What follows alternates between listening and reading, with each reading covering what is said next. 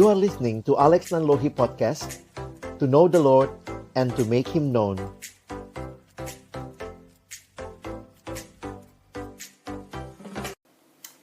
Selamat pagi teman-teman sekalian. Mari sebelum kita membaca, merenungkan firman Tuhan, kita berdoa.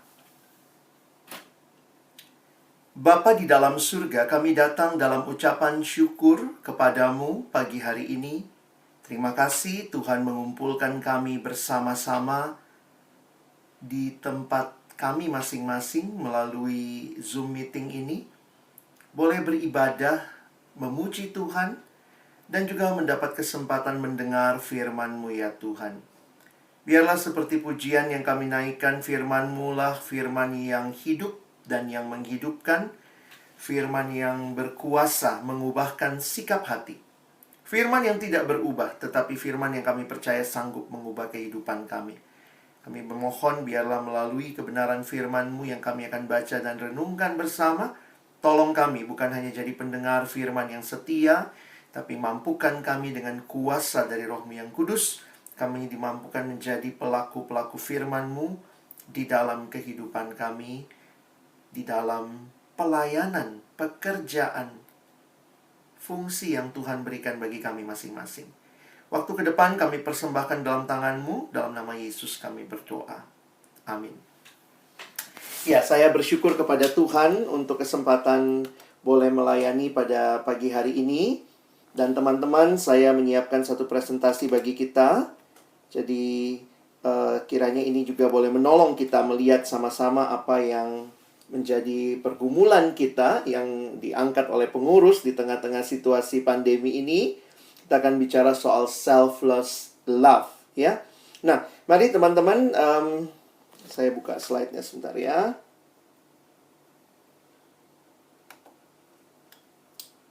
Apakah sudah bisa? Belum ya.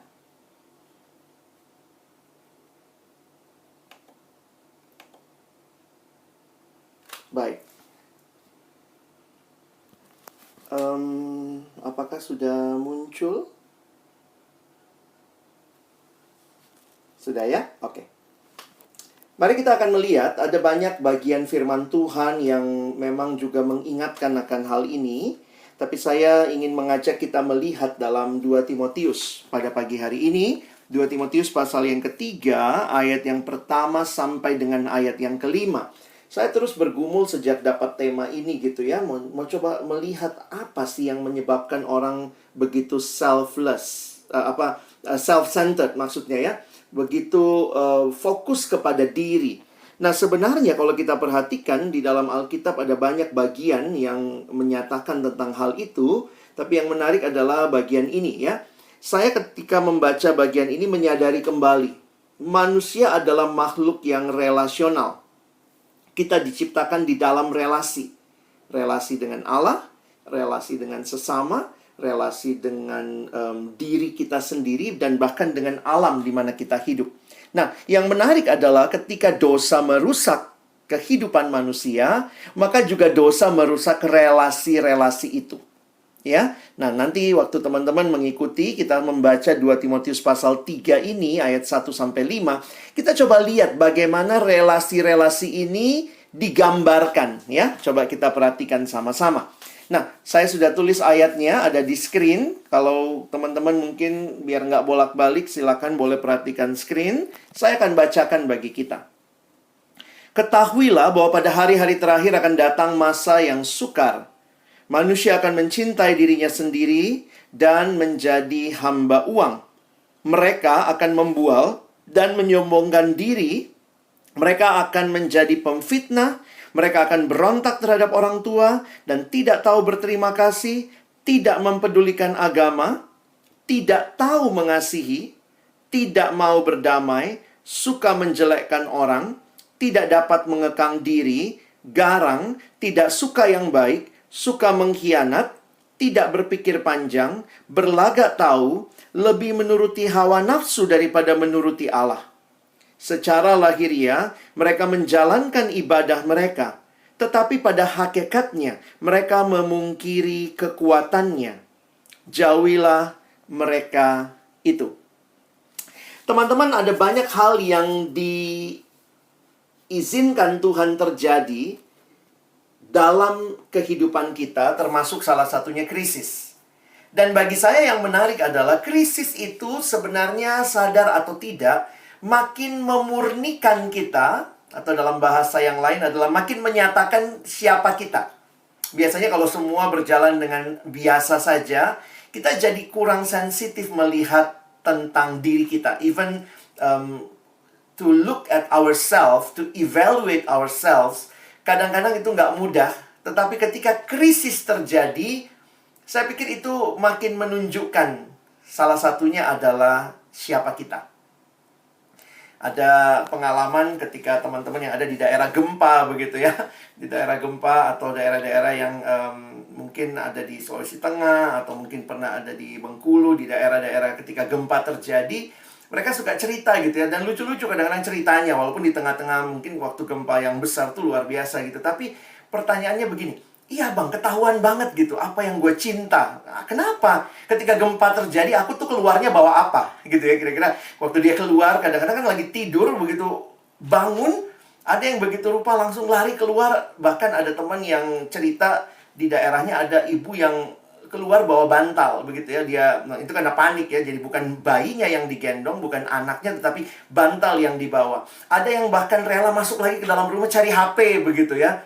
Iya ya, memang jujur aja krisis itu menunjukkan beberapa hal menarik tentang diri kita. Dan saya ingin mengajak kita melihat, maksudnya gini ya, sambil kita juga mendengar firman, coba kita evaluasi hidup kita, evaluasi hati kita, apa yang makin nyata di dalam kita melalui krisis yang sudah beberapa bulan ini, begitu ya. Nah, teman-teman, gambaran yang disampaikan oleh Rasul Paulus kepada anak rohaninya Timotius ketika dia menuliskan surat ini, kita mesti ingat juga ada krisis yang terjadi sebenarnya. Timotius pada waktu itu ditinggalkan Paulus melayani di Efesus. Apa yang terjadi di Efesus? Pada masa itu ada dua tantangan gereja. Satu tantangan dari luar gereja, yaitu adalah orang-orang yang ingin menghancurkan kekristenan, tidak suka dengan kekristenan. Dan menariknya, mereka justru tidak suka dengan kekristenan karena orang-orang Kristen ini hidupnya kudus, hidupnya benar. Jadi itu juga saya pikir sampai hari ini kali ya, kita suka bilang bahwa kita yang benar malah dianggap aneh, begitu ya. Nah, pada waktu itu dalam kekristenan awal, ini tantangan yang mereka hadapi. Dari luar. Tapi bukan hanya dari luar, dari dalam gereja pada waktu itu ada juga pengajar-pengajar sesat. Ya, jadi ada pengajar sesat dari dalam, muncul ajaran yang aneh-aneh, tapi dari luar ada tantangan. Nah, dalam situasi krisis seperti ini, Paulusnya masuk penjara di Roma. Ditahan di Roma, sementara Timotius ditinggalkan Paulus melayani di Efesus. Satu kota besar pada waktu itu, kota dengan percampuran budaya yang tinggi, karena Efesus terletak di tepi laut. Jadi kita tahu, mungkin teman-teman bea cukai imigrasi tahu gitu ya, bahwa portnya laut itu pada waktu itu transportasi utama, jadi orang keluar masuk lewat situ, dan percampuran budaya begitu tinggi. Nah, kota Efesus ini salah satu buktinya begitu ya. Nah, di tengah-tengah kota Efesus ini, kota metropolitan pada masa itu, Paulus menulis surat kepada anak rohaninya Timotius untuk Timotius melihat, aware dengan situasi yang ada di sekitarnya. Nah, inilah kondisi manusia akhir zaman, kalau saya boleh pakai istilah itu yang kita baca dalam 2 Timotius 3 ayat 1-5 tadi. Nah, teman-teman perhatikan, dikatakan ketahuilah. Nah, menarik sekali kata ketahuilah ini bukan berarti Timotius belum tahu, ya. Tapi mungkin lebih kepada Timotius, be alert. Ayo aware nih. Kamu sudah ada, kamu sedang hidup di dalamnya. Dan ini memang teman-teman kadang-kadang tanpa kita sadari, ketika kita sudah sangat familiar dengan sesuatu, kita sampai jadi nggak ngeh gitu ya. Orang Batak bilang nggak ngeh gitu ya. Bahwa itu ternyata terjadi. Itu ternyata ada di sana. Beberapa teman cerita, saya tiap hari ke kantor lewatin jalan itu. Tapi gue baru ngeh bang, ada gedung itu di situ. Wah, itu baru ngeh. Jadi, sesuatu yang setiap hari dilakukan, dilewati, dijalani, termasuk tentang hidup kita, Apakah teman-teman ngeh something yang mungkin terjadi, dan ini yang pengurus coba angkat buat kita hari ini. Jangan-jangan ada self-centered yang terjadi dalam situasi krisis di mana kita sudah sangat familiar ya. Saya pikir bulan-bulan pertama galau tingkat dewa semua ya. Saya pikir papanya di rumah, mamanya di rumah, anak-anak berebutan pakai laptop, semua mau kerja, semua mau belajar. Tapi kemudian masuk mungkin bulan kedua sudah lebih settle, bulan ketiga udah lebih biasa, bulan keempat rasanya kayak emang udah beginilah bekerja itu. Beberapa teman udah masuk ke kantor, tapi situasinya nggak mudah. Situasi yang sangat biasa membutuhkan kita alert, aware. Dan apa yang Paulus ingatkan kepada Timotius? Timotius, ketahuilah bahwa pada hari-hari terakhir. Teman-teman, istilah di Alkitab ada dua. Satu, hari terakhir. Hari terakhir atau disebut the last day. Tetapi ada juga istilah the last days. Jadi yang satu itu the last day, itu singular, satunya the last days. Nah, kalau bicara the last day, itu sebenarnya bicara tentang yang kita sebut atau kita kenal kiamat, gitu ya. Atau kita bahasa teologianya parousia. Kedatangan Kristus kali yang kedua, itu kapan? The last day. Itulah kiamatnya, begitu ya. Tetapi, antara kedatangan Kristus pertama sampai nanti dia datang kali yang kedua itu, itulah yang disebut sebagai the last days. Hari-hari terakhir. Jadi singular ya. The last days. Nah, teman-teman, apa yang menarik? Bahwa di tengah-tengah Paulus menyurati Timotius yang sudah mungkin sangat familiar dengan kota di mana dia melayani, Paulus mengingatkan bahwa the last days akan datang masa yang sukar. Nah, ini kalau kita cara membaca, cara PA ya, kalau kita belajar PA, maka ayat-ayat yang kita baca tadi bukan nubuat. Karena the last days itu terjadi mulai dari Yesus datang pertama kali sampai nanti dia datang kedua kali. Jadi Paulus hidupnya di mana? Last days. Timotius hidupnya di mana? Last days. Kita juga sama, kita hidup di dalam the last days. Karena itu list yang dikasih ini, saya meyakini sih ini open list ya. Bahwa apa yang disampaikan oleh Paulus di sini bisa kita tambah di zaman kita masing-masing. Tetapi ada hal yang menarik bahwa apa yang kita pahami, yang kita lihat sekarang itu bukan baru ada sekarang. Itu sudah dikasih tahu atau sudah digambarkan dan itu terjadi dari zamannya Paulus sampai zaman kita. Mungkin sekarang itu karena media jadi lebih kelihatan ya. Wih, orang tuh makin gak peduli agama. Ya, karena diberitakan, ada di YouTube ada, di mana ada. Tapi itu sebenarnya fenomena yang sudah ada sejak zaman Paulus. Kalau kita rajin baca Alkitab sih nggak jantungan, teman-teman ya. Karena banyak hal yang sudah, kita the last days ini cuman kayak ngulang aja gitu ya. Ngulang kejahatan manusia dalam relasi kepada Allah, relasi kepada sesama, relasi kepada diri, relasi kepada alam. Nggak jauh-jauh akan berputar di situ. Nah, apanya yang sukar? Langsung dikasih tahu bahwa yang sukar itu bukan alamnya, bukan ekonominya, bukan lingkungan hidupnya, bukan manajemennya, bukan pendidikannya. Tapi Paulus mengingatkan Timotius untuk membaca zamannya. Yang sulit adalah manusianya. Yang sukar adalah manusianya. Teman-teman, inilah saya pikir tantangan kita melihat zaman. Ya, teman-teman mungkin ada di wilayah ekonomi, ada yang di wilayah lingkungan hidup, ada yang di wilayah kepabeanan gitu, ada yang di wilayah mungkin obat-obatan, ada yang di wilayah, pokoknya banyak lah ya. Kalau kita bicara abdi bangsa, kalian ada di berbagai sektor kehidupan. Sebenarnya masalah utamanya apa sih? Ya, manusianya ya. Kita memang bisa bilang, tapi secara prioritas nih sekarang lagi masalah kesehatan, Bang. Oke. Ini lagi masalah pendidikan nih, gimana studi? Nah, yang bilang, wah ini masalah sosial, tenaga kerja bagaimana ini? Tapi ini semua sedang bicara manusia. Paulus memberikan ada beberapa ciri manusia akhir zaman yang saya pikir ini yang saya bilang tadi ya. Sebenarnya menurut saya ini open list, tapi paling tidak ini yang Paulus lihat amati dalam konteks pada waktu masanya dan juga tentunya dalam konteks pelayanan Timotius di Efesus. Karena jangan lupa, Paulus pernah melayani di Efesus sampai dia bahkan tinggal 2 tahun di situ. Sehingga Paulus mengatakan ada 19 ciri manusia akhir zaman.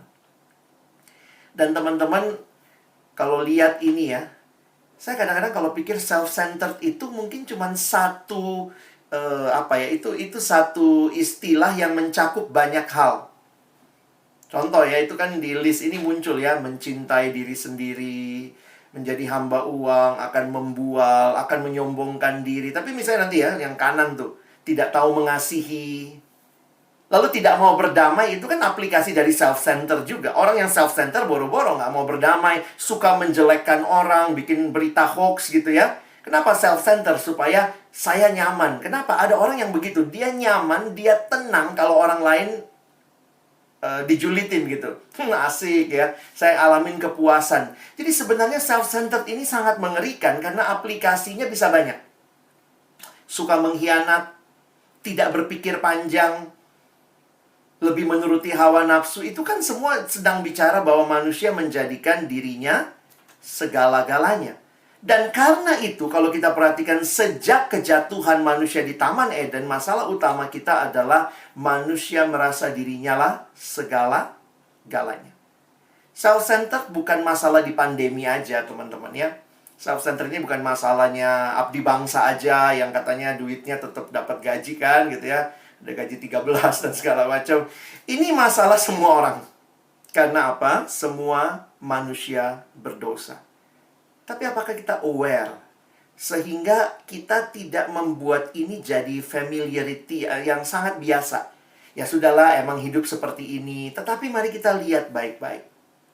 Nah, di dalam membuat list ini, beberapa penafsir coba mencari linknya dan segala macam. Saya senang dengan pembahasan yang mencoba mengkaitkan ada 4 kali kata cinta yang muncul. Kalau teman-teman perhatikan dalam 19 list ini, ada 4 kali kata cinta yang muncul di terjemahan aslinya. Nah, memang sayangnya dalam bahasa Indonesia tidak konsisten menerjemahkannya. Nah, itu bisa lebih gampang teman-teman lihat karena 2 cinta yang pertama ada di 2 yang pertama top of the list. Lalu, 2 cinta yang lain ada di bagian bawahnya.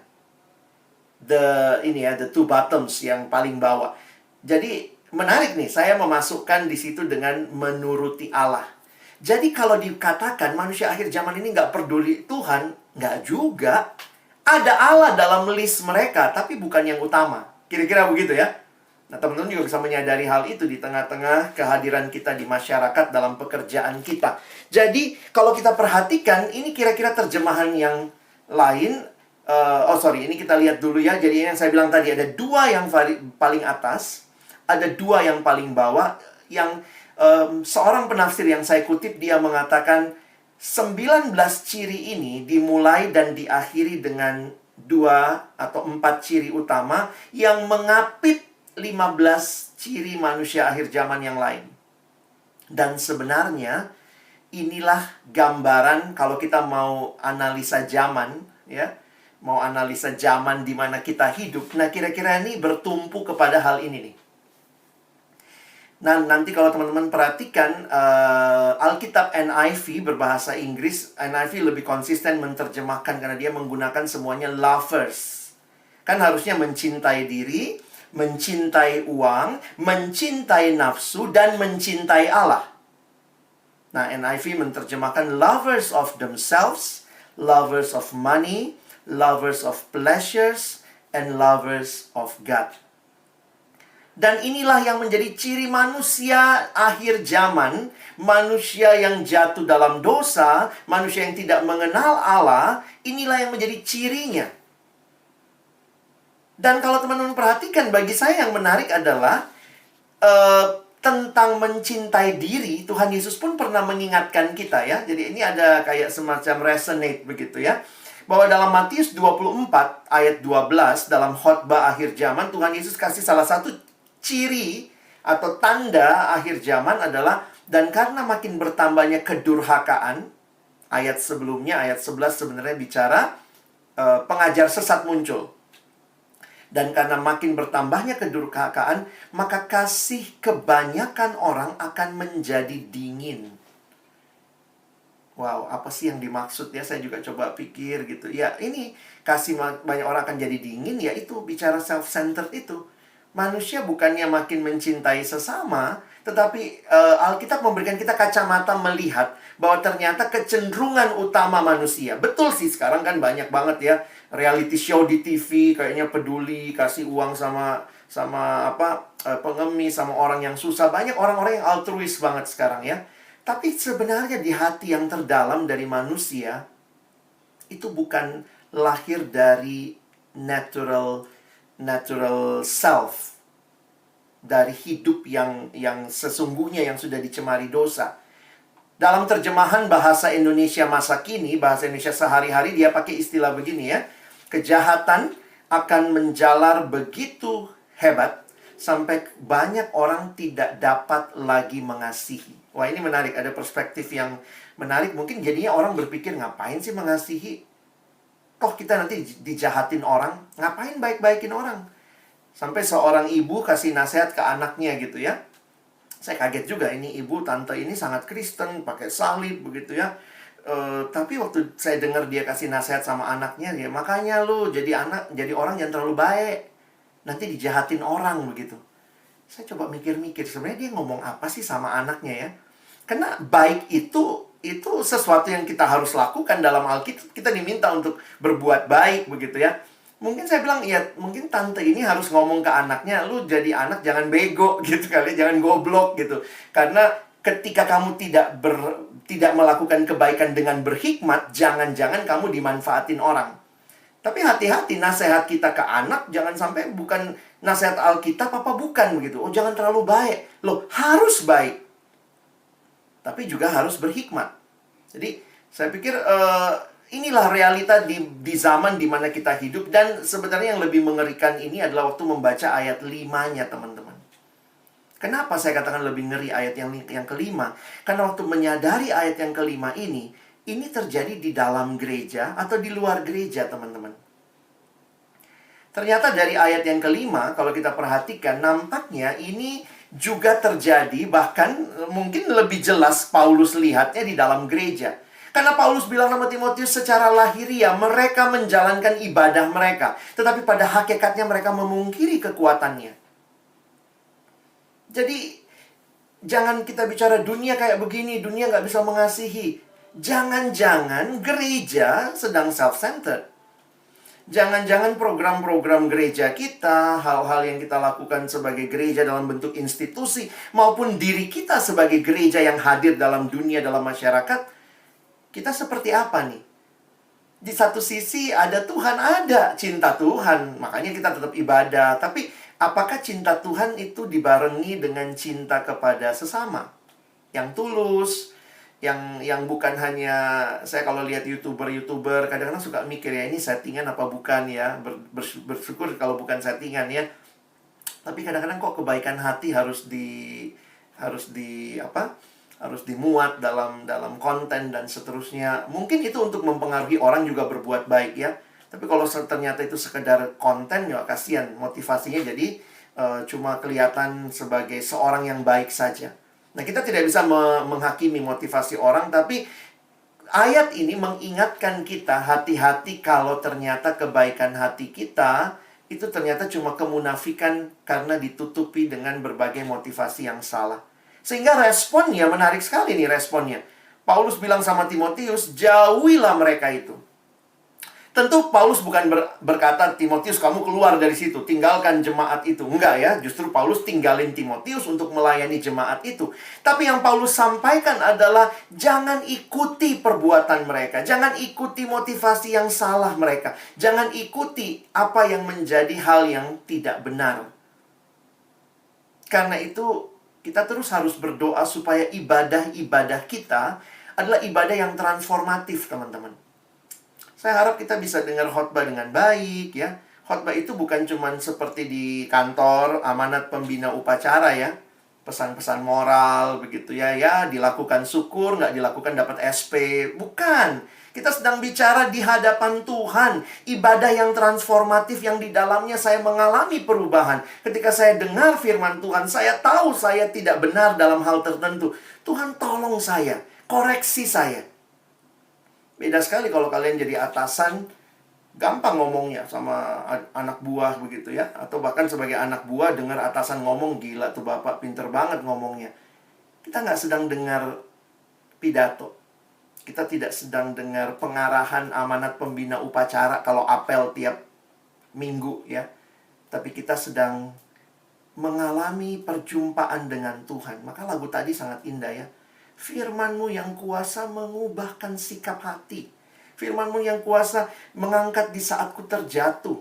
Kalau kita lagi jatuh, jangan sambil lalu dengar firman. Sudahlah. Yang penting udah dengar, udah hadir, isi presensi, udah perkenalan, oke, I'm fine. Tapi bagaimana pertanyaan bagi kita sekarang? Sejauh mana kondisi zaman ini mempengaruhi kita? Dan saya pikir di dalamnya juga ada masalah self-centered. Yang sebenarnya menjadi kondisi kejatuhan manusia sejak awal. Manusia merasa dirinya adalah segala-galanya, sehingga ada 3 hal yang mungkin menarik untuk kita perhatikan ya. Ini yang dipromosikan oleh zaman ini kepada kita tanpa kita sadari. Individualisme. Others don't matter. Ya, individualisme begitu kan. Orang lain nggak peduli amat begitu ya. Amsal mengatakan orang yang menyendiri, mencari keinginannya, amarahnya meledak terhadap setiap pertimbangan. Karena selalu merasa yang penting gua, yang penting gua. Yang penting keluarga saya, mungkin kita perlebar lagi gitu. Kalau mungkin tambah lagi, yang penting institusi saya begitu. Mungkin lebih lebar lagi. Yang penting kota saya, yang penting Jakarta ini tingkat yang zona merahnya berkurang begitu. Jadi sebenarnya apa sih yang kita sedang perjuangkan seringkali? Bagi saya jadi setiap daerah berlomba-lomba dalam upayanya masing-masing, tetapi apakah kita mengupayakannya sebagai sebuah kemanusiaan ketimbang pride daerah masing-masing? Sekularisme. God doesn't matter. Kalau tadi others doesn't matter, sekularisme God doesn't matter. Ini kita lihat nih. Kata mereka kepada Allah, kalau lihat kutip Ayub mengatakan kata mereka kepada Allah, pergilah dari kami. Kami tidak suka mengetahui jalan-jalanmu. Ya. Jadi ini juga realita yang terjadi. Apa sih yang sedang ada di sekitar kita ini nih? Ketidakcintaan atau self-centeredness ya. Narsisme, kayaknya udah biasa dan umum begitu, narsis begitu ya. All that matters is me. Yang paling penting tuh saya, gitu ya. Apa yang saya mau, apa yang saya suka, apa yang saya bisa begitu ya. Mazmur 36 ayat 3, ia menganggap dirinya sangat hebat sehingga tidak menyadari kesalahannya dan tidak membencinya. Wah teman-teman, akhirnya saya melihat begini, kalau begitu kita harus jadi seperti apa? Jangan cinta diri, jangan cinta uang, jangan cinta nafsu. Tetapi harusnya kita menjadi orang-orang yang mencintai Allah. Dalam istilah digunakan pecinta Allah, lovers of God. Bagaimana kita menjadi orang-orang yang mencintai Allah dan mencintai Allah itu mewujud nyata dalam hidup? Ada 2 hal yang saya pikir penting untuk kita ingat. Apa sih bukti bahwa kita mengasihi Allah? Di dalam Alkitab, bukti pertama kita mengasihi Allah, saya pikir ayat ini bisa menolong kita melihat apa buktinya. Yohanes 14 ayat 15. Jikalau kamu mengasihi aku, kamu akan menuruti segala perintahku. Teman-teman, ini menarik sih ayatnya ya. Saya jadi ingat juga gitu ya. Iya ya. Mencintai Tuhan itu bukan seberapa besar foto Yesus di dompet kita. Atau di meja kerja kita, walaupun di tengah-tengah teman-teman yang mungkin tidak seiman, kita taruh salib di situ. Mencintai Yesus tuh bukan itu. Bukan sekadar simbol. Silahkan pakai simbol. Jangan juga berpikir, Bang Alex nggak setuju simbol. Kadang-kadang simbol itu mengingatkan kita ya. Iya ya, gue Kristen nih, pakai salib lah atau apa. Tapi hati-hati jadi Kristen simbolik. Yang penting rasanya pakai salib aman, nyaman. Tapi bohong jalan terus. Korupsi dikit-dikit ya, icip-icip dikit gitu ya. Bukti kita mengasihi Allah adalah menuruti perintahnya. Jadi, ini dimensi mencintai Allah, pecinta Allah yang vertikal. dalam hubungan dengan Allah, cek lagi ketaatan kita ya. Tentu tidak ada satupun dari kita yang sudah sempurna, tapi mari berjuang hidup di dalam anugerah Tuhan. Bukan hidup kalah terus dengan dosa, tapi hidup berkemenangan. Kalaupun jatuh, bangkit lagi. Dan itulah yang saya pikir fungsi. Jadi orang yang mencintai Tuhan itu orang yang taat. Tapi bukan hanya dimensi vertikal. Orang yang mencintai Tuhan di 1 Yohanes 4 ayat 11 dikatakan, saudara-saudaraku yang kekasih, jikalau Allah sedemikian mengasihi kita, maka haruslah kita juga saling mengasihi. Jadi sebenarnya menarik sekali kalau kasih ini menjadi ajaran inti kekristenan dan simbol Kristen salib, kita bisa terus ingat bahwa salib punya dua dimensi. Ada dimensi vertikal, hubungan dengan Allah. Ada dimensi horizontal, hubungan dengan sesama. Dengan Allah, kalau saya mencintai Dia, berarti saya taat kepadanya. Dengan sesama, kalau saya mencintai Allah, saya mengasihi sesama yang Allah cintai. Jadi, ini dimensi yang penting nih buat kita ya. Yang bermuara semuanya kepada karya Kristus di kayu salib, membuat kita sekarang mencintai Allah dengan ketaatan kita kepada kehendaknya, tapi juga kita hidup dalam kasih, itu juga wujud nyata. Jadi jujur aja teman-teman, kalau kita bilang kita mengasihi Allah tapi tidak mengasihi sesama, sebenarnya ada yang nggak klop dengan apa yang menjadi paket utamanya.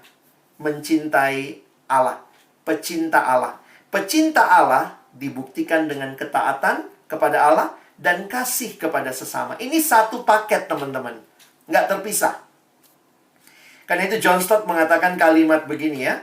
Sebagaimana ikan dibuat untuk air, umat manusia dibuat untuk kasih, untuk mengasihi Allah dan mengasihi sesama. Jadi ini panggilan kemanusiaan kita yang dicipta oleh Allah, ditebus dalam Kristus, kita dibuat untuk kasih. Ketika kita lari dari kasih itu, Kristus menebus kita, Dia mengasihi kita. Karena itu Alkitab mengatakan bukan kita yang mengasihi Allah, tapi Allah yang mengasihi kita. Dan kalau kita sudah alami kasih Allah, mari taat kepadanya. Mari belajar mengasihi sesama. Teman-teman, ini sekali lagi gampang, udah tahu teorinya, tapi dalam praktek hidup sulit. Bukan cuma sulit ya, bahasa Inggrisnya sulit ya. Karena realitanya tidak mudah. Kadang-kadang kita merasa kita mengasihi Allah dan kita bersembunyi di balik kedok keagamaan kita.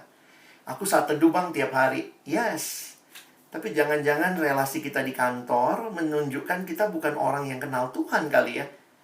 Kadang-kadang jadi lucu juga sih. Saya suka ketemu beberapa teman dalam pekerjaan. Terus ada tuh yang kayak seneng gitu. Iya memang bang, gue dikenal di kantor paling killer gitu. Orang paling takut sama gue. Terus bangga lagi begitu ya. Maksudnya apa yang dibanggakan dari hal itu? Kalau teman-teman dikenal sebagai orang yang tegas, punya prinsip, tidak bisa disogok, tapi tetap mengasihi sesama, tetap jadi berkat buat orang lain. Oke. Memang ada yang bilang, tapi bang kalau kita begitu kadang-kadang kita dimusuhi orang ya. Tapi juga waktu kita dimusuhi, jangan balik memusuhi. Paling tidak itu dari sikap hati kelihatan gitu. Beberapa orang karena dimusuhi muncul juga. Lu gak peduli gua. Sorry, gua juga gak peduli lu.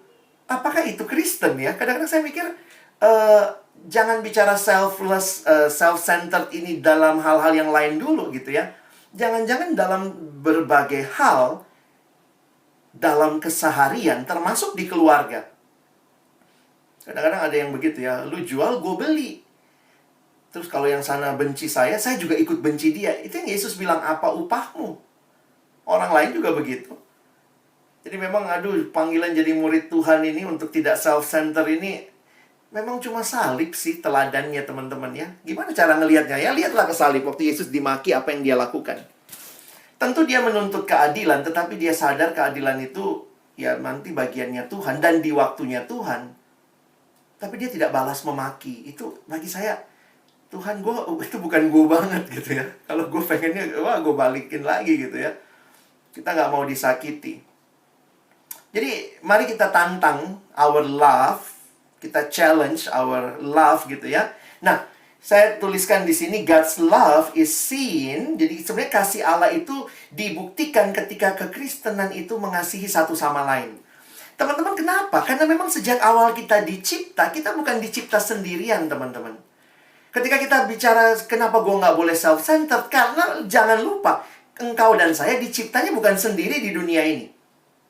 Kejadian 2 ayat 18 itu pertama kali di Alkitab kita ada kalimat tidak baik kalau manusia itu seorang diri. Jadi berarti desainnya Allah bukan untuk sendiri. Jadi sebenarnya buat kita nggak boleh self-centered, nggak bisa self-centered. Karena at the same time, kemanusiaan kita itu membutuhkan orang lain. Karena itu Rasul Yohanes di dalam bagian ini menegaskan, bagaimana orang bisa lihat kamu murid Tuhan kalau dia lihat kamu saling mengasihi. Karena untuk itulah kita dicipta. Jadi sebelum kita bicara mengasihi keluar, mari kita juga lihat ya, coba cek relasi-relasi yang di dalam begitu. Dan di Alkitab itu banyak sekali istilah saling. Wah, teman-teman mesti cek tuh. Saling, one another. Itu membuktikan kita nggak bisa self-centered. Semalam saya ada webinar atau Zoom meeting juga lah ya, persekutuan. Lalu kemudian ada satu anak nanya gitu ya. Dia bilang sebenarnya sekarang kan udah individual bang. Saya sekolah di luar negeri, saya dididik di luar begitu. Ya urusan lu, urusan lu. Urusan gue. Selama lu nggak nyakitin gue nggak campur urusan lu. Dia bilang, bagaimana? Apakah saya salah atau tidak? Setelah dia dengar tadi malam kami juga bahas soal komunitas dan pentingnya kita saling menegur, saling menasehati.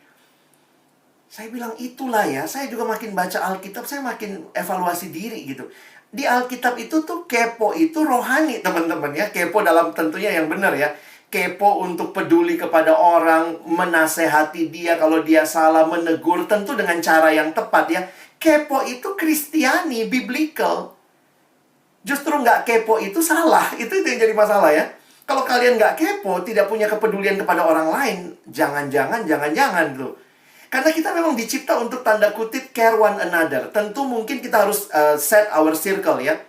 Ya tentu kita nggak bisa selamatin sedunia atau tidak bisa jadi berkat buat sedunia. Tapi paling tidak bagi orang-orang di sekeliling kita nih. Gimana nih kita melihatnya? Sehingga saya bilang jujur aja kalau lihat gereja yang individual, orang Kristen yang individual sekarang, itu nggak mirip sama sekali sama apa yang Alkitab katakan tentang gereja. Itu lebih mirip apa yang dunia katakan tentang individualisme. Kita ini lebih mencerminkan individualisme modern, atau sebenarnya kita lebih mencerminkan gereja yang Tuhan set up di dalam dunia. Lihat loh teman-teman, banyak banget kata one another. Ini kalau dipraktekkan nih ya, saling menasehati, saling menegur, saling mengaku dosa, saling peduli. Nah, tapi kita kan sudah masuk dalam skeptisme terhadap komunitas. Jangan cerita di KTB nanti besok satu kantor tahu. Karena mungkin kita tidak berjuang juga untuk jadi sesama yang baik bagi sesama. Ini kan begitu banyak nih. Saling ngaku dosa, saling menanggung beban, saling mengampuni, saling membangun. Wow, kurang banyak. Nih, saya tambah lagi nih. Silakan teman-teman, nanti slide-nya saya bisa bagi gitu ya. One anothering itu Alkitabiah, itu kita, itu komunitas kita. Jadi bukan self-centered. Tapi memberi hidup, mengasihi. Dan mengasihi itu selalu arahnya keluar ya. Makanya katanya bahasa Indonesia paling gampang menjelaskan kasih. Apa itu kasih? Kasih, ya kasih. Ya, jangan diambil, ya kasih gitu ya. Love is giving. Saya kutip kalimat Eugene Peterson tentang komunitas. Dia mengatakan, kita adalah sebuah komunitas. Kita tidak pernah hidup sendiri dan bagi diri sendiri. Kita dilahirkan dalam komunitas, kita tinggal dalam komunitas, kita meninggal dalam komunitas. Natur manusia bukanlah hidup menyendiri. Ini kekristenan yang Alkitabiah. Jadi, teman-teman, disinilah saya jadi sadar ya. Sebagai bagian penutup, saya ingin coba ajak juga. Gimana sih bisa kita mengasihi secara praktis ya? Tapi saya mau mulai dengan satu realita bahwa di Alkitab, kasih itu adalah buah roh. Saya ulangi, kasih itu adalah buah roh. Ketika belajar buah roh, pertama, ingat baik-baik teman-teman, kalimat Alkitab bukan buah-buah roh, bukan. Ini satu buah, 9 rasa. Kala nano-nano ya. Satu buah 9 rasa. Kasih, sukacita. Nah, itu yang pertama. Yang kedua, Ini simultan, jadi bukannya milih. Saya mau yang mana dulu ya? Oh, kasih dulu, habis kasih baru sukacita. Tapi ini terjadinya harusnya simultan. Yang ketiga, ingat baik-baik, ini bukan buahnya kita. Tapi ini buahnya roh yang diam di dalam kita. Teman-teman, ketika kita percaya pada Kristus, maka Roh Kudus diam di hati kita. Nah, ketika Roh Kudus diam di hati kita itu, maka kita bisa mengasihi. Karena itu adalah buahnya roh, bukan buahnya Alex. Saya ini bukan orang yang mengasihi. Pada dasarnya saya senangnya balas dendam. Saya senangnya lu injek gua bahkan injek lu juga, akan injek kepalamu, akan injek kepala istrimu, kepala suami, kepala anakmu. Kadang-kadang kita balas dendam tuh begitu ya. Kita bukan tipikal orang yang naturally mengasihi. Kalau sampai engkau dan saya bisa mengasihi, sebenarnya ini karena Roh Kudus yang diam di dalam kita, bekerja di dalam kita, mengubah hati yang begitu self-centered, so that you can love others. Teman-teman, ini penting. Supaya waktu nanti teman-teman melakukan sebuah tindakan nyata, lalu kalian lihat hatimu, ih kok saya bisa ya tergerak sebegitu rupa. Jangan sombong. Ya, oh puji diri, haleluya. No. Kalau engkau dan saya bisa mengasihi, ingatlah baik-baik. Itu pekerjaan Roh Kudus yang terjadi di dalam diri kita. Karena itu saya kutip satu kalimat dari Christopher Wright. Dia mengatakan, we need the Holy Spirit living in us to help us bear fruit. Fruit can only be produced as we yield to God and allow His Spirit to work. Sekali lagi, ini bukan pekerjaan kita. Makanya kita harus sadar, harus rendah hati, terus minta Tuhan, Tuhan bentuk saya, berikan saya kasih-Mu Tuhan. Berikanku hati seperti hati-Mu, berikanku kasih seperti kasih-Mu. Ya, jadi ini perjuangan yang bagi saya, sekali lagi jangan memuliakan diri ya. Kita tidak menjadi orang-orang yang kemudian jadi sangat luar biasa mengasihi, tapi ternyata juga bagi kemuliaan diri. Itu sama aja, itu self-centered juga. Apa bukti kita mengasihi sesama? Kalau tadi bicara sumbernya adalah Roh Kudus yang bisa membuat kita mengasihi. Tetapi kasih itu bukan cuma emosi. Bukti mengasihi menurut saya adalah adanya aksi dan komitmen. Perhatikan ayat-ayat ini. Kadang-kadang kita tuh paling ingat cuma Yohanes 3 ayat 16. Yohanes 3 ayat 16. Tapi saya kaget waktu baca 1 Yohanes 3 ayat 16. Teman-teman, ini ya. Perhatiin ya, 1 Yohanes 3 ayat 16. Nah, ini kalimatnya. Demikianlah kita ketahui kasih Kristus, yaitu bahwa Ia telah menyerahkan nyawanya untuk kita. Jadi kita pun wajib menyerahkan nyawa kita untuk saudara-saudara kita. Awalnya waktu baca ayat ini sekilas, saya biasa aja. Tapi begitu saya baca lagi, kaget saya. Ini ayat luar biasa ngeri gitu ya. Luar biasa serem gitu. Coba teman-teman lihat logikanya ya. Kan Kristus mengasihi kita. Demikianlah kita ketahui kasih Kristus, Ia telah menyerahkan nyawanya untuk kita. Jadi kalau Yesus Kristus menyerahkan nyawanya untuk kita, maka saya nyerahin nyawa saya kepada Dia. Kan impas ya.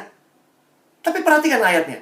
Karena Kristus telah menyerahkan nyawanya untuk kita, kita pun wajib menyerahkan nyawa kita untuk saudara kita. Please deh. Apa buktinya saya mengasihi saudara saya? Ya, saya sudah dapat dari Kristus, Dia serahkan nyawanya. Minta nyawa loh. Wah, saya kaget waktu baca ayatnya pertama kali ya. Kalau ayat ini, cuma ayat ini yang kita punya, kita bisa datang sama pendeta kita ya. Pak Pendeta mengasihi saya. Iya dong, mati dong buat saya Pak Pendeta ya. Kenapa? Ada ayatnya Pak, wajib menyerahkan nyawa untuk saudara-saudara kita. Tapi ayat ini nggak berhenti di 16 ya. Lihat 17-nya. Jadi ada practical-nya, itu konseptualnya. Jadi nyawa itu the best part of a human being. Your best part, my best part is our soul, our life. Nah, kalau Yesus aja sudah kasih the best of Him, maka bagi sesama we need to give the best of us to others. Itu konsepnya. Makanya dia pakai kata nyawa. Tapi, nah ini aktualnya ya. Barang siapa punya harta duniawi, lihat saudaranya menderita kekurangan, tapi menutup pintu hatinya terhadap saudaranya itu, bagaimana kasih Allah dapat tetap di dalam dirinya. Ya, mungkin kita sekarang dituntutnya atau ditantangnya gimana? Ayo kasih harta kita, mungkin menolong sesama yang sedang nggak punya penghasilan. Kita bisa mendukung orang yang ngalamin pergumulan. Jadi, the bestnya nyawa. Tapi kalau, ya maksudnya kalau orang lapar, terus, oh lapar ya, saya kasih nyawa ya, nggak guna gitu ya. Kasihlah apa yang dia butuhkan.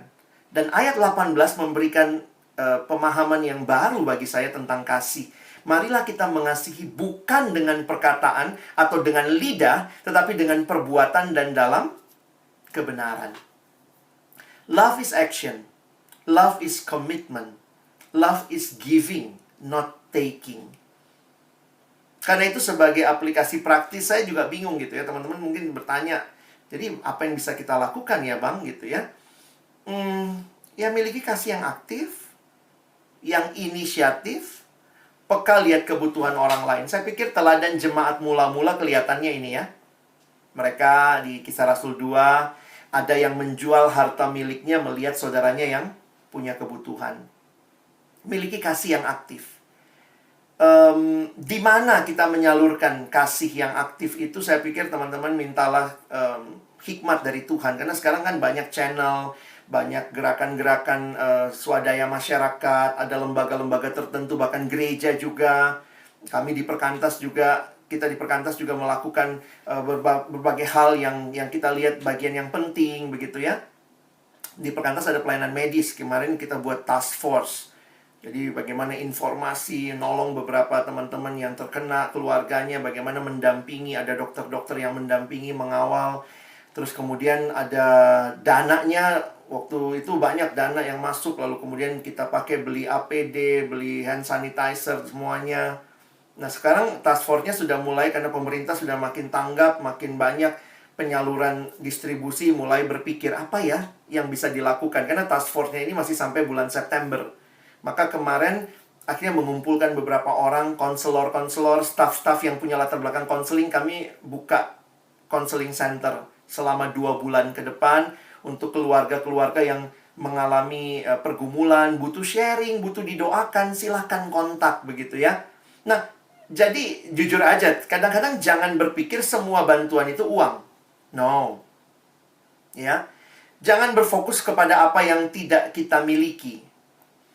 Ya, semua bilang kan ya penghasilan kita juga mungkin pas-pasan terbatas, tapi coba teman-teman lihat apa yang kita miliki. Teman-teman mungkin memiliki telinga untuk mendengar, bisa punya inisiatif untuk bisa kontak teman-teman yang lama tidak dikontak. Banyak orang depresi dalam situasi ini. Karena itu juga Perkantas berpikir untuk membuka counseling center selama 2 bulan ke depan. Sesudah itu kita mesti lihat lagi pimpinan Tuhan, apalagi yang perlu dilakukan begitu ya. Jangan fokus sama apa yang tidak kita miliki. Aduh, kita nggak bisa kasih ini ya. Udah, apa yang bisa kita punya ya. Seperti anak kecil yang mempunyai 5 roti, 2 ikan. Tapi di tangan Tuhan, hal yang sederhana, yang kecil, itu jadi berkat. Beberapa orang bikin YouTube, saya lihat ya, ya bersyukurlah. Mungkin itu yang dia bisa gitu ya. Memberkati orang, bisa melihat, bisa sedikit tertawa di tengah pandemi ini. Tapi juga melihat bahwa, karena penyakit masyarakat ini banyak gitu ya. Ada penyakit sosialnya, ada penyakit-penyakit yang berkaitan dengan kejiwaannya. Belum lagi masalah kemiskinan. Kita tinggal di mana, kita lihat sekeliling kita. Paling nggak misalnya, adakah orang yang bekerja di rumah kita yang juga kebutuhannya terpenuhi, tidak di PHK dalam situasi seperti ini. Jadi bersyukur loh untuk apa yang kita miliki dan belajar berbagi dengan orang lain. Saya makin menyadari gitu ya, kita ini memang penumpuk barang, penimbun barang ya. Jadi kemarin kami beres-beres juga gitu. Ayo coba untuk berbagi. Jujur aja gitu ya, kita dalam dunia modern itu selalu mengatakan ya semua harus kita punya, semua harus kita punya. Tapi belajar juga untuk bersyukur untuk semua hal. Jadi lucu juga ya, udah beli rumah segala macam, tetap aja nyewa apartemen, katanya lebih dekat ke kantor ya, rumahnya tetap di Bogor, Cilengsi yang jauh begitu ya. Tapi kita mesti lihat juga, hati-hati kita menjadi orang yang akhirnya self-centered dalam bagian-bagian tertentu di hidup kita. Helping hands. Mari membantu di mana perlu. Kalau kita saling membutuhkan, kenapa harus sombong ya? Lihat aja, tangan yang megang gelas kan nggak ada yang bisa bilang, yang paling penting jempol. Nggak bisa. Ya, makanya ada yang bilang kita harus punya sikap seperti 5 jari ini. Saling memuji, Lalu kemudian saling menasehati. Lalu coba kita lipat tangan kita, coba angkat yang jari tengah. Jari tengah tuh kalau diangkat lah dengan tangan terlipat itu pasti jari lain ikut gitu ya. Jadi saling membanggakan, jangan merasa saya sendiri yang luar biasa. Saling mengasihi, ini jari manis, biasanya naruh cincin-cincin kasih sayang di situ. Dan jari paling kecil adalah saling rendah hati. Ini tips yang sederhana. Dan kita coba lihat kepekaan kita asah ya. Dan bagi saya yang utama, yang seringkali kita merasa ini kok kayaknya jalan terakhir ya. Tapi sebenarnya ini adalah jalan pertama. Adalah berdoa. Praying for one another. Teman-teman bisa berdoa. Teman-teman bisa melakukan. Karena gini, doa yang kita naikkan dalam pergumulan itu seringkali bagi saya Tuhan pakai jawaban doanya itu kita sendiri ya. Jadi justru ya Tuhan jawab, ayo jangan cuma ngomong doang dong, kamu sekarang yang menjadi jawaban doamu. Jadi teman-teman kalau ditanya saya apa ya yang saya lakukan, saya sebagai hamba Tuhan ya coba bikin konten lah ya, dalam arti membangun kerohanian dari sisi itu, menolong adik-adik siswa, mahasiswa, beberapa kali diskusi, ada yang kontak pribadi, bang tolong saya. Ya online ini banyak hal ya, ada yang terjebak sama pornografi, sehingga dia minta didampingin, bang tolong gimana saya keluar dari hal ini. Karena semua online, lalu di kamar mulu begitu ya. Sehingga bagi dia akhirnya sangat gampang dia jatuh. Sementara dia adalah orang yang sedang dipercayakan pelayanan. Dan bagi saya, iya ya, yang saya bisa lakukan itu. Saya bisa memberi apa yang saya miliki. Lalu kemudian ada beberapa teman juga dalam keterbatasan, ketika mereka jualan ya kita juga ikut beli gitu ya. Dalam arti, bagi saya itu jadi satu bagian yang ya kita care satu sama lain. Tentunya juga jangan beli semua, dalam arti kita beli apa yang kita butuh ya. Membedakan antara keinginan dan kebutuhan juga penting. Saya tutup dengan pertanyaan ini. Ini pertanyaan yang pernah ditanyakan kepada Santo Agustinus. Dalam satu percakapan Santo Agustinus ditanya, bagaimana bentuk dan rupa kasih itu? Lalu Santo Agustinus menjawab, kasih memiliki tangan untuk menolong orang lain. Kasih memiliki kaki untuk menghampiri mereka yang miskin. Kasih memiliki mata untuk melihat kebutuhan-kebutuhan orang lain. Dan kasih memiliki telinga untuk mendengar rintihan mereka yang menderita. Demikianlah rupa kasih. Pagi ini saya rindu setiap kita dalam konteks kita masing-masing. Tanyakanlah, apakah kasih yang Tuhan percayakan mewujud nyata melalui hidup kita? Teman-teman yang punya rejeki, berkat, apakah itu jadi cara Tuhan menolong engkau mengasihi? Bagi kalian yang mungkin banyak waktu yang luang, apa yang bisa kamu lakukan dengan waktu luangmu? Apa yang bisa kamu lakukan untuk memberkati sesama? Dengan semua yang kita miliki, biarlah kita bawa kepada Tuhan untuk menjadi persembahan yang indah. Di tangan Tuhan yang sedikit, little is much, akan jadi berkat if God is in it. Thank you. Apakah masih ada waktu tanya jawab? Kalau ada silakan. Kalau tidak, saya nanti akan tutup dalam doa. Materi saya akan share lewat pengurus kali ya. Saya nanti kasih linknya.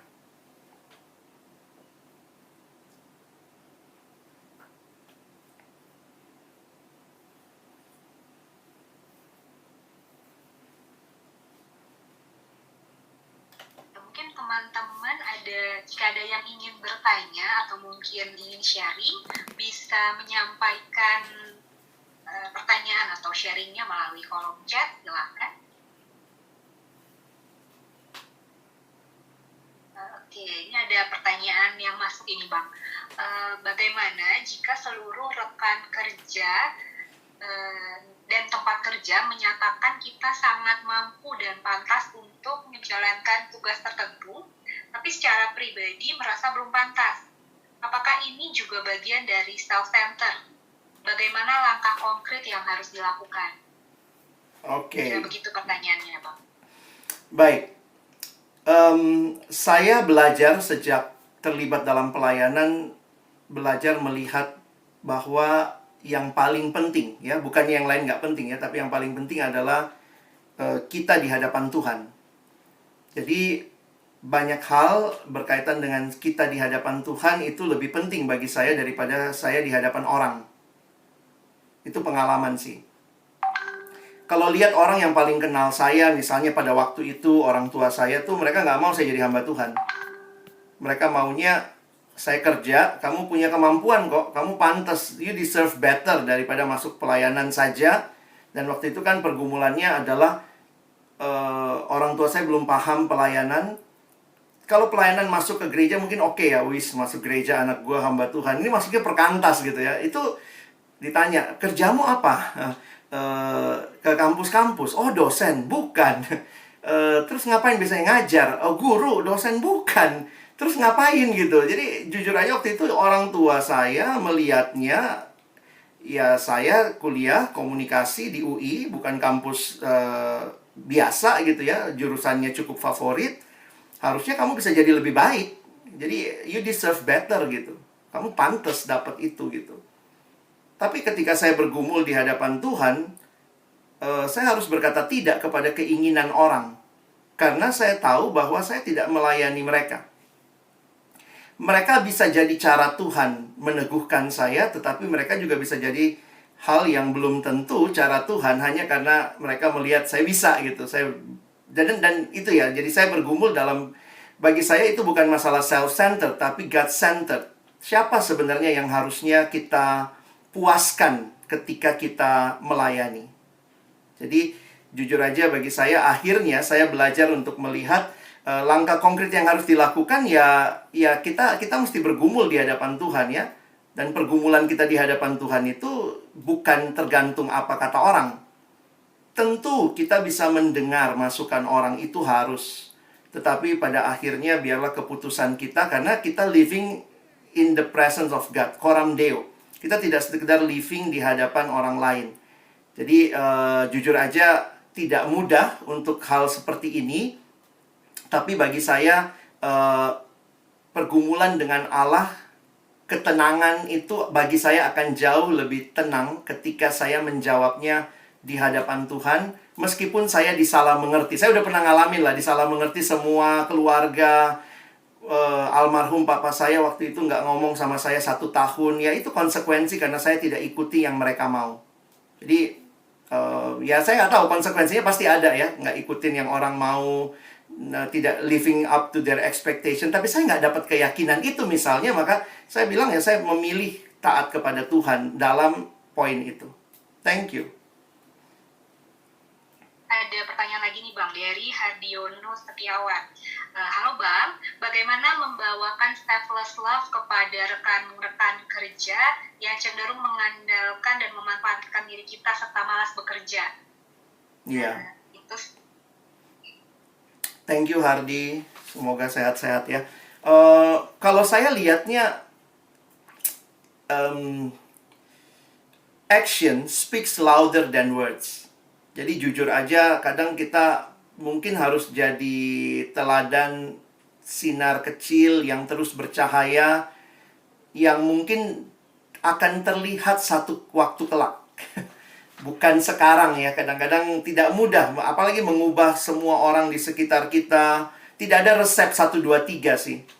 Tapi kesetiaan untuk, pertama bagi saya tentunya kita berdoa ya. Teman-teman kan ada di lingkungan yang sebagai abdi bangsa, civil servant, kan kalian melayani masyarakat begitu ya.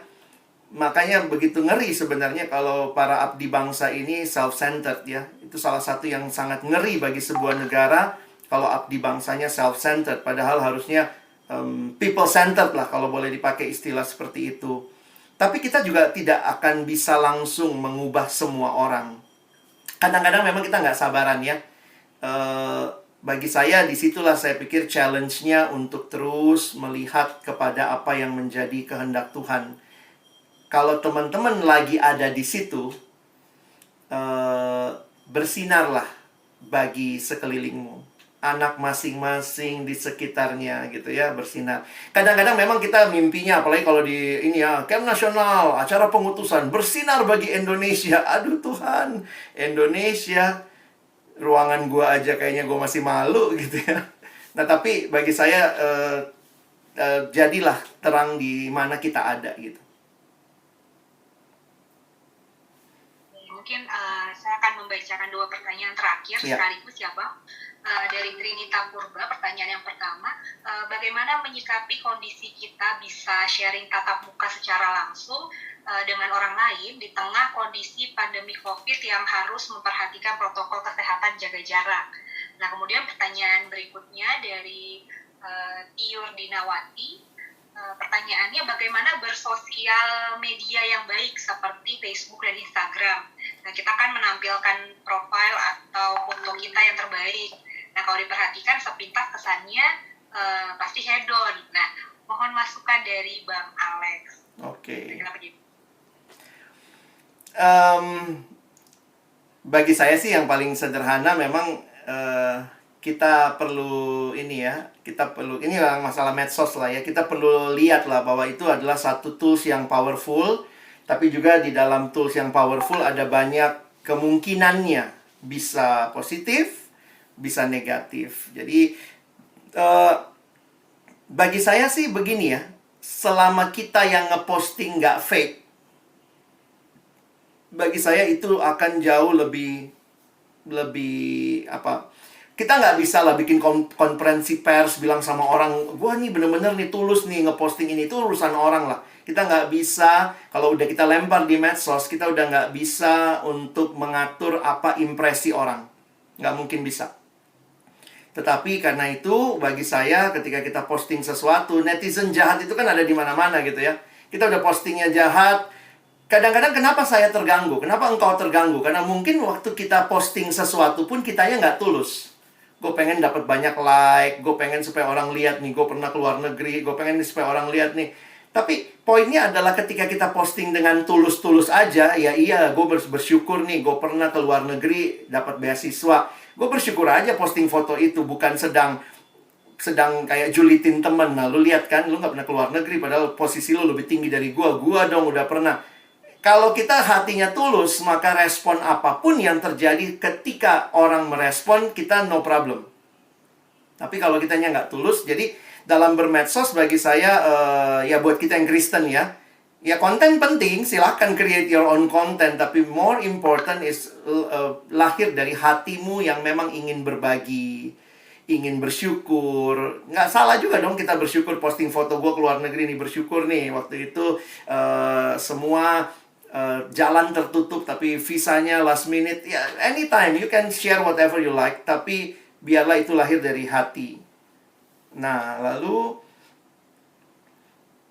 mungkin kalau bicara hedonnya tadi ya, bukan hedon juga kali ya, buat saya pikirnya gini, Tuhan senang kok dengan kesenangan. Jangan pikir Tuhan kita anti kesenangan ya. Makanya sebenarnya istilah recreation itu menciptakan ulang, itu kan sebuah penciptaan ulang yang memang Tuhan yang mau gitu. Jadi kita disegarkan. Kalau ternyata jalan-jalan itu menyegarkan kamu, itu cara Tuhan menyegarkan kamu, why not? Begitu. Tapi ya itu balik lagi ya, banyak pertimbangan pasti. Oke, terus tadi, pertanyaan pertamanya tadi saya kelewat bentar ya. Bagaimana menyikapi kondisi kita agar bisa tetap sharing tatap muka secara langsung dengan orang lain di tengah kondisi pandemi COVID yang harus memperhatikan jaga jarak gitu, Pak. Bisa tetap sharing tatap muka, tapi juga ada harus memperhatikan protokol kesehatan jaga jarak. Ya, ikutin protokol sih kalau sederhananya begitu. Tapi saya lagi berpikir begini ya, maaf ya, mungkin saya cara berpikirnya agak lain. Karena saya melihat beberapa orang itu meratapi apa yang tidak bisa. Aduh, nggak bisa ketemu langsung, aduh, nggak bisa pegang dia, aduh, nggak bisa peluk dia. Terus yang kita ratapi apa yang nggak bisa. Sementara depan mata kita yang bisa, kita nggak maksimalkan. Jadi jujur aja, ini juga kemarin berkali-kali saya diundang untuk bicara bagaimana pelayanan online. Karena mereka pikir, wah Bang Alex sering nih pelayanan online, banyak pelayanan. Tapi poin saya adalah sebenarnya gitu ya. kita lakukan yang bisa. Jadi jangan, itu balik lagi, jangan bicara apa yang nggak bisa atau apa yang nggak ada. Tentu online punya keterbatasan. Tapi jangan lupa, online, offline pun banyak keterbatasan. Jadi kan itu jadi menarik tuh. Kalau demikian sekarang nggak bisa offline, maksimalkan kekuatan online. Saya bilang sama adik-adik kita di kampus ya. Saya bilang kalau dulu kelompok kecil itu seminggu sekali. Seminggu sekali gitu ya. Nah, sekarang kan sebenarnya kita bisa secara rutin tiap hari WA-in dia. Jadi sebenarnya kalau bicara pemuridan kita malah lebih intensional, setiap hari bisa.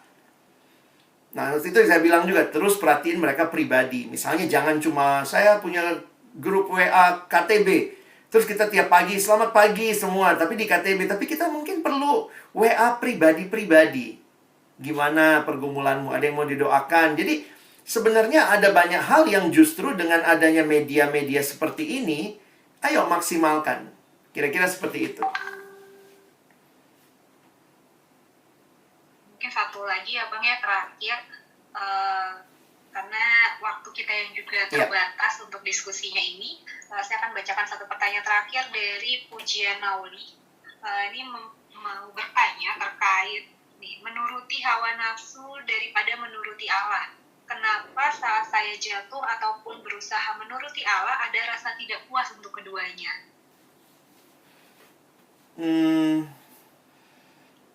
Bisa dibaca sekali lagi, kira-kira saya coba tangkap maksud pertanyaannya.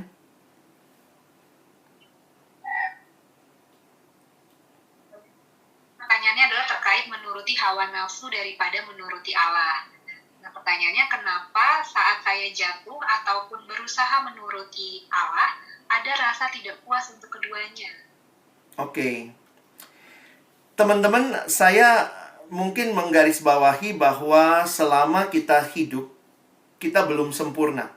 Jadi, sampai nanti kita ketemu Tuhan lah baru kita sempurna. Sehingga salah satu skill, atau bukan cuma skill lah ya. Karena kalau skill itu kesannya very human ya. Tapi salah satu hal yang perlu kita pelajari mendalam, kita gumulkan adalah pemulihan, pengampunan, keluar dari dosa. Nah, saya melihat dalam banyak hal kita tidak cukup dalam bergumul dengan kejatuhan-kejatuhan kita. Karena memang kita dalam masyarakat yang sangat cepat.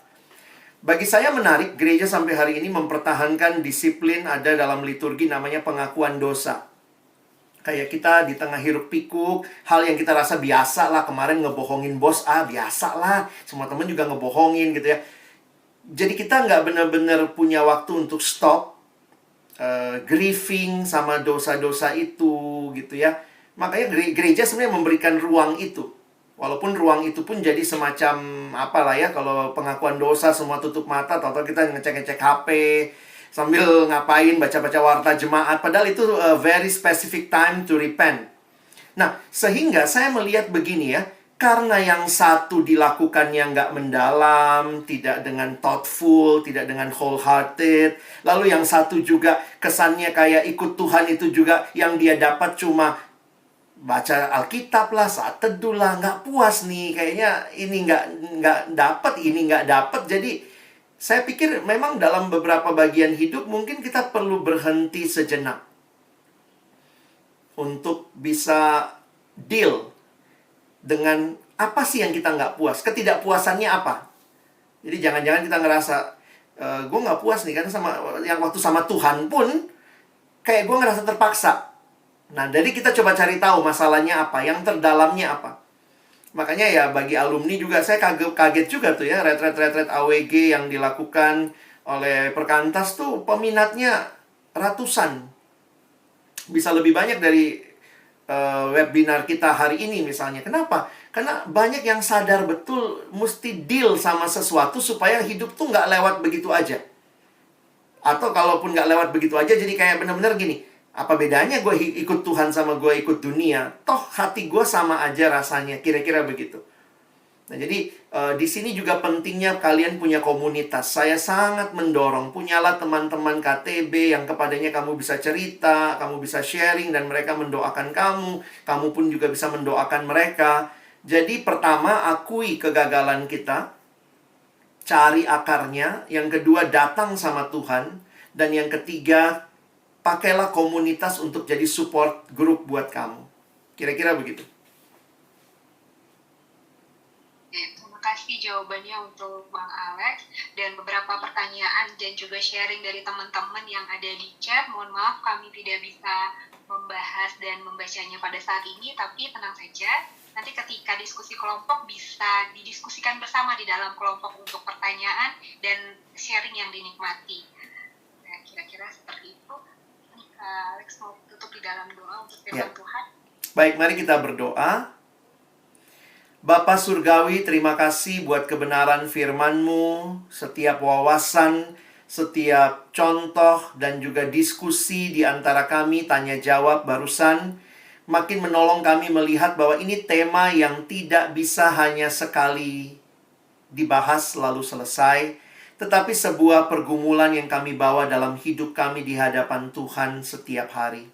Karena itu hamba berdoa bagi sahabat-sahabatku, adik-adikku, teman-temanku, di tengah-tengah pergumulan yang mereka lalui, di tengah-tengah kehadiran mereka sebagai abdi-abdi bangsa, civil servant, dimanapun Tuhan tempatkan mereka. Biarlah kasih kepada Allah, kasih kepada sesama terus mewujud nyata. Biarlah Roh Kudus yang diam di hati setiap kami, menjadikan kami umat yang bergerak untuk mengasihi. Bukan mengasihi hanya dengan perkataan, tetapi dalam perbuatan dan di dalam kebenaran. Sekali lagi kami berdoa, tolong kami bukan cuma jadi pendengar-pendengar firman yang setia, jadikan kami pelaku-pelaku firman. Kami juga berdoa bagi sharing dalam kelompok nanti, jadi kesempatan kami mengasah satu sama lain, saling mendoakan satu sama lain. Biarlah kami terus berharap kepada Tuhan, bahwa hidup mengasihi itu mungkin karena Engkau yang telah terlebih dahulu mengasihi kami. Kami bersyukur menutup firman-Mu, diskusi kami dalam nama Yesus kami berdoa. Amin.